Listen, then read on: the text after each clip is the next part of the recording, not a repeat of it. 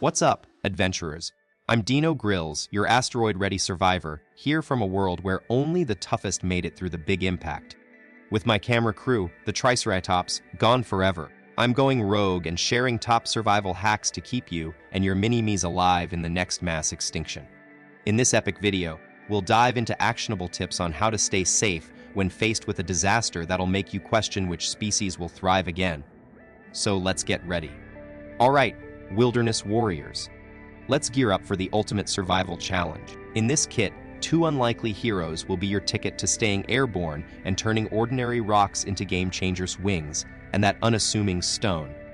You'll see how these might seem like random items, but can become lifesavers when used right. As we explore ways to outsmart an asteroid impact, I'll sprinkle in some dinosaur drama clues for you to piece together who I am. Oh, stay on your toes. Now, debunking a common myth, think the dinosaurs were going down without a fight before that fateful asteroid. Think again, folks. It's time to level up our understanding of life during the Cretaceous period and get ready for real survival wisdom. Dino Dynasty on the rise. Let's set the record straight. The dinosaur scene was buzzing, not dwindling before that infamous asteroid crash. I've got some top-notch intel for you. Check out Joseph Bonser, a PhD rock star at the Natural History Museum. His game-changing research in the Royal Society Open Science Journal puts paid to the doomed dinosaurs myth. With his computational wizardry, Joseph showed us what could have been a dinosaur society thriving into the future, maybe even dominating 21st century politics. Imagine a T-Rex in the Oval Office. Unfortunately for us dinos, that asteroid had other plans. Buckle up, folks. Let's take a trip back to 66 million years ago when life was good, seriously good. Our dinosaur pals were chomping on tasty greens, pterosaurs were flying high, and the seas were teeming with life. Meanwhile, in the night sky, a small, steadily growing star had caught our attention. We thought it was just another celestial neighbor, no big deal. But little did we know, this tiny light was about to become a deadly double threat, 2 suns, with one of them hurtling straight for Earth. That's when the clock started ticking, and our dinosaur world would never be the same again. Get ready for the most epic cosmic collision in Earth's history. A blazing fireball, scorching hot at 20,000 degrees Celsius, was racing towards us at breakneck speed, over 72,000 kilometers per hour. It tore through our atmosphere and slammed into what's now modern-day Mexico with a force that'll blow your mind. This wasn't just any impact. It was a colossal explosion, an astronomical blast that sent shockwaves rippling across the planet at supersonic speeds. To put that in perspective, this cosmic calamity was a whopping billion times more powerful than the atomic bomb dropped on Hiroshima. But here's the thing, despite the unfathomable odds, life found a way. And trust me, we're about to dive into how. Imagine being at ground zero when this cosmic disaster struck. It's a one-way ticket. If you weren't vaporized, the intense heat would have left you with severe burns, 3rd degree and instantaneously. But if you managed to dodge the impact zone, there was still hope. Just remember, ear protection is key. A sonic boom so loud would shatter your eardrums like they did for those ancient dinosaurs.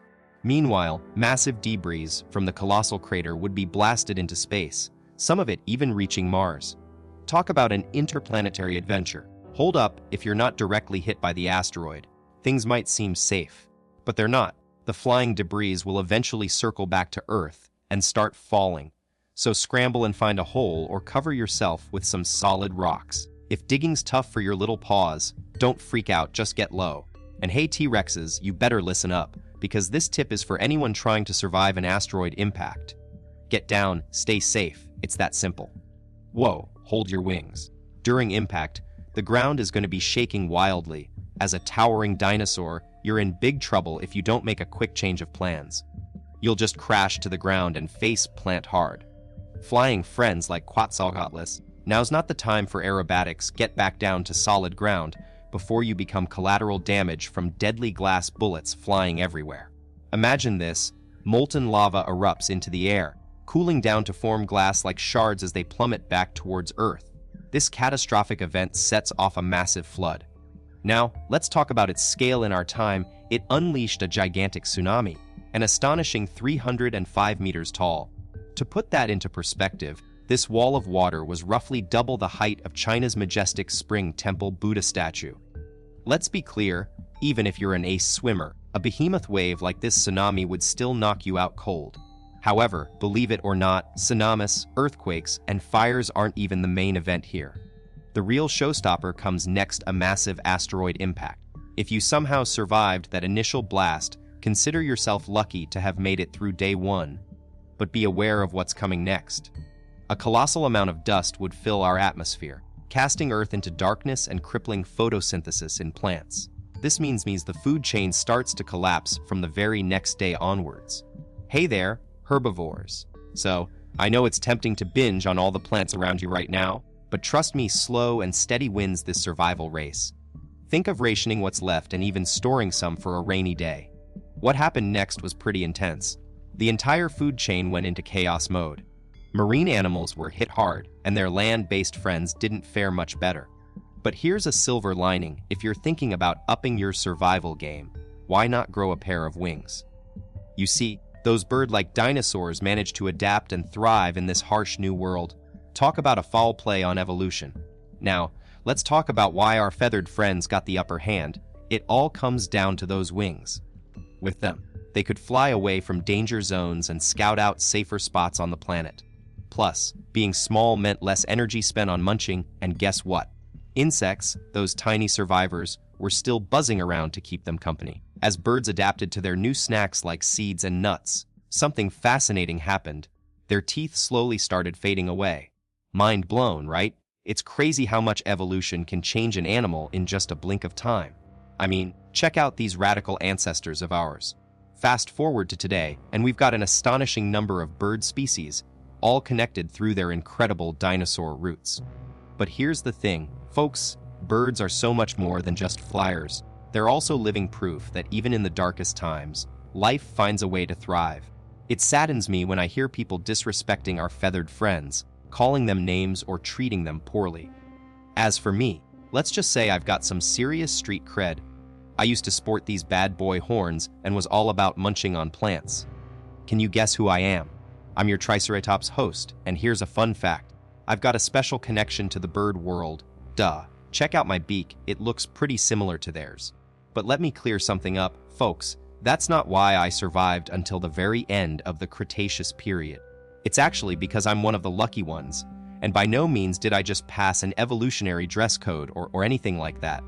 Let's get to why I was one of the last dinosaurs standing, and trust me, there were several reasons. First up, being a true omnivore worked in my favor. I could snack on anything from ferns and bushes that managed to survive the mass extinction event. And check out this cool fact with my beak. I could chomp down on those tiny plants that grew back after the explosion. Second, having robust paws as thick as tree trunks made it possible for me to withstand harsh weather conditions. Talk about a sturdy foundation. But wait, there's more. My sturdy paws played an awesome role during the earthquake. They literally kept me grounded and helped me stay balanced. Now let's talk about my seriously impressive size. As a ceratopsian giant, I was the biggest of my kind, standing tall in the prehistoric landscape. And just imagine having 3 sharp horns at your disposal. No predator lizard dared mess with me. While I never had to use them for defense, they were definitely an intimidating factor that kept potential threats at bay. But some dinosaurs just couldn't help themselves. They'd taunt me about my bony frill, calling me a 16th century missy because it wasn't as flashy as theirs. But what they didn't know was that this uncool feature was actually a lifesaver. It shielded my head from falling debris and kept those pesky predators at bay. No wild lizard could sink its teeth through it. Check out the hole here. I got this sweet scar, and I'm super proud of it.